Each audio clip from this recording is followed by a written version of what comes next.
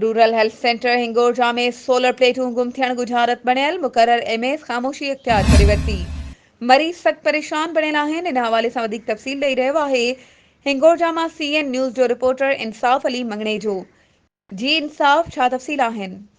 हाँ जी बिल्कुल, मैं तव्हांखे ॿुधाईंदो हलां त रूरल सेंटर हिंगोरजा में हिकिड़ो वीडियो आहे जेको सोलर प्लेटूं गुम कयूं वयूं आहिनि। उहो सीएन न्यूज़ हथु करे वरितो आहे। मां तव्हांखे ॿुधाईंदो हलां त रूरल हेल्थ सेंटर हिंगोरजा में गवर्नमेंट तरफ़ां सोलर सिस्टम ॾिनो वियो हुयो, जिन जा पैनल तैयार करे ऐं सोलर सिस्टम जो बिजली ज़रिए तैयार करे हॉस्पिटल के सोलर सिस्टम ते हलाइण जो नोटिस पिणु कढियो हुयो। मां तव्हांखे ॿुधायां त हिकिड़ो मुकमिल जेको आहे फ्रेम तैयार आहे, उन में प्लेटूं न आहिनि।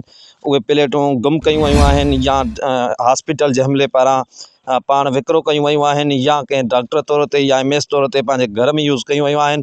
मां तव्हांखे ॿुधाईंदो हलां त एमएस जॾहिं चार्ज संभालींदो आहे, नओं एमएस ईंदो आहे त अॻु जो रिकॉर्ड चेक करे पंहिंजे तहवील में वठंदो आहे त कहिड़ियूं शयूं खुटल आहिनि, कहिड़ियूं शयूं न आहिनि, कहिड़ियूं शयूं ख़राबु आहिनि। मां तव्हांखे ॿुधायां त हिन वक़्तु एमएस जी जेका चार्ज आहे उहा जेका डॉक्टर हनीफ़ सूमरो खे आहे, उन बि इहा काई रिपोर्ट न आहे ॾिनी, न वरी काई अहिड़ी नोटिस कढियो वियो आहे त हीअ प्लेटूं न हुयूं, न वरी को मीडिया ज़रिए का कॉन्फ्रेंस कई वई आहे।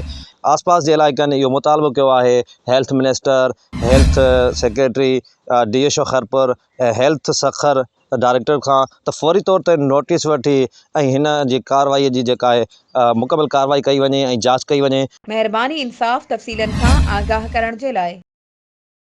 वधीक ख़बरुनि ऐं अपडेट्स जे लाइ असांजे चैनल खे सब्सक्राइब कयो ऐं हा, बेल आइकन खे प्रेस करणु न विसारिजो त जीअं असांजी हर नई अचण वारी वीडियो तव्हां ताईं पहुची